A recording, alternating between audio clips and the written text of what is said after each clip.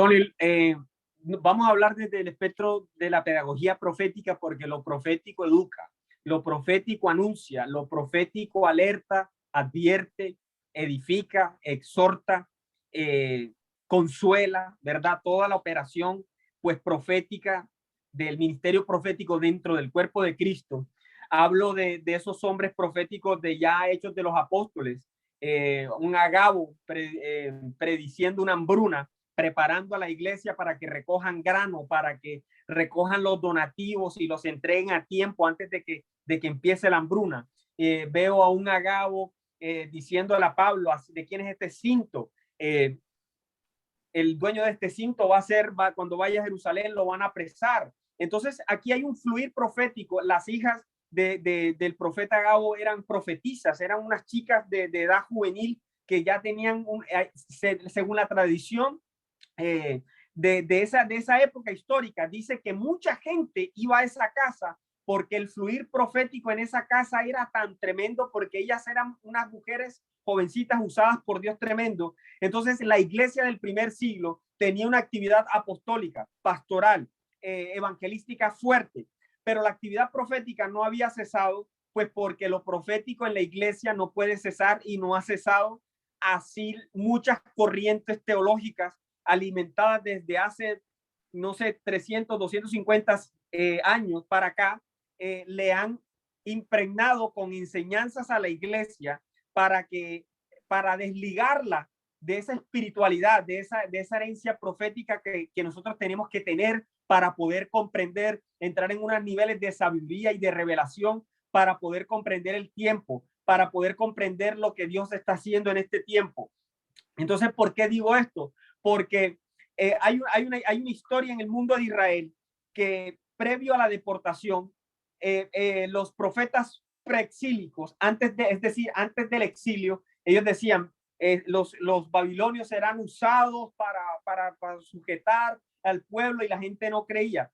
Este escrito dice que la gente que vivía en las colinas, en las afueras de Jerusalén, en las partes más altas, ellos se burlaban, se reían, vituperaban a los profetas, no le creían a los profetas, Isaías hablando y ellos no decían, y Ezequiel y Jeremías hablando acerca de que iba a venir un cautiverio, ellos no creían, se burlaban, no creían. ¿Por qué? Porque, como te digo, estos cercos, mira cómo está esto conectado, porque esos cercos de la Torá se volvieron tan religiosos que empezaron a taparle los ojos y los oídos y los sentidos espirituales a la gente para que solamente, como tú dijiste, le entrara a la letra una comprensión superficial de la letra, pero no un entendimiento sobrenatural y profético de la misma escritura y del mismo propósito de Dios a través de la historia.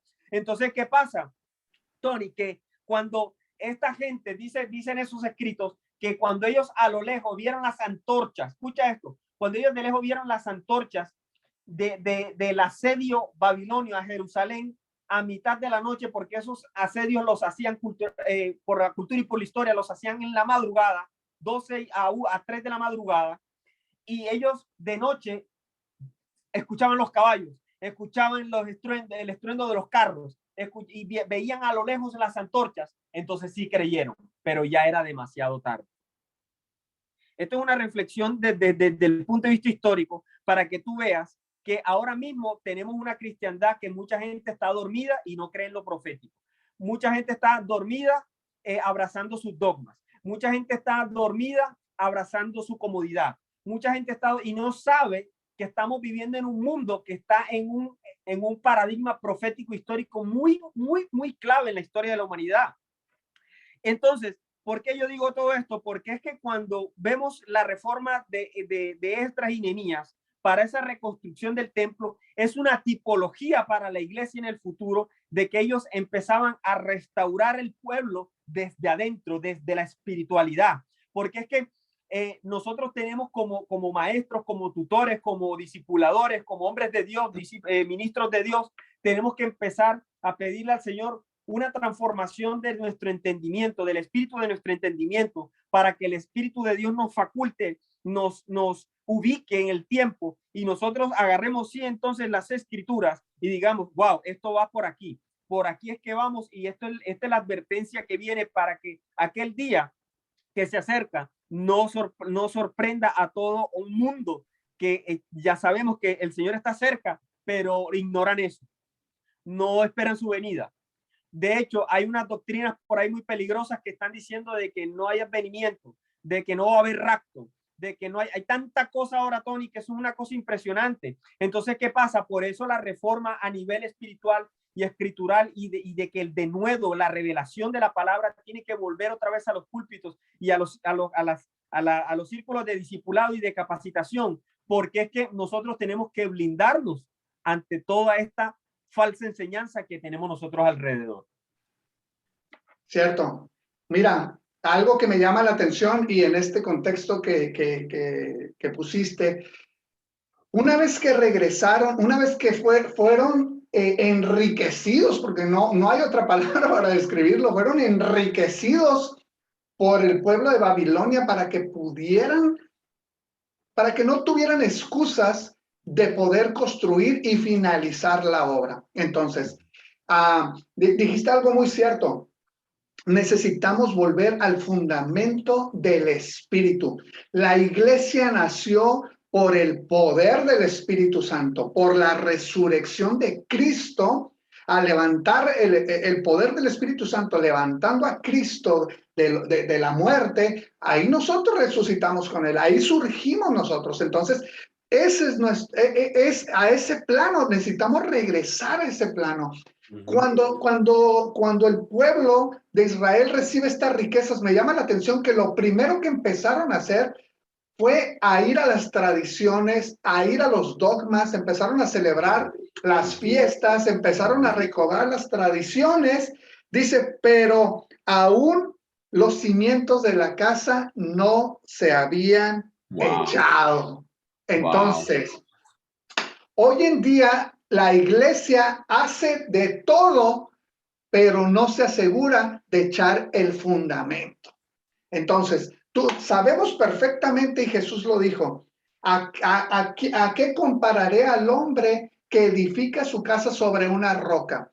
Si no hay un fundamento, si no hay roca, si no hay Cristo en lo que nosotros estamos haciendo, señores, de nada sirve todo lo que podemos hacer, porque cuando viene la hora de la prueba, como la que hemos vivido en estos últimos tiempos, entonces, ¿qué pasa? La estructura religiosa, la estructura eclesiástica, denominacional, se ve movida, se ve frustrada, se ve, los miembros ya no regresaron, no sabían qué hacer, no sabían si venir a innovar en las redes sociales. Pasó de todo, pero aquellos que tenían el fundamento, aquellos que se dedicaron todo este tiempo a echar fundamento. Tú y yo estamos aquí porque alguien echó fundamento en nosotros sólido, y nosotros hemos visto de todo en nuestra vida eclesiástica. Sin embargo, aquí estamos porque conocemos nuestro fundamento. Nuestro fundamento tiene que ver ya no con la ley mosaica, no es que esté invalidada, no, pero ahora la ley que a nosotros, la ley que se nos fue impartida a nosotros es la ley del Espíritu de vida, que nos da la capacidad por el poder del Espíritu Santo de poder ir y ser conformados a la imagen de Jesús para cumplir esa ley que nadie puede cumplir en sus fuerzas. Entonces, nosotros, la iglesia, dice en Efesios que nosotros fuimos bendecidos con toda bendición espiritual y que ahora nosotros estamos sentados en lugares celestiales. Entonces, tenemos que volver a ese plano. Tenemos que ser iglesia desde los lugares celestiales a lo terrenal y no desde lo terrenal queriendo llegar a lo celestial.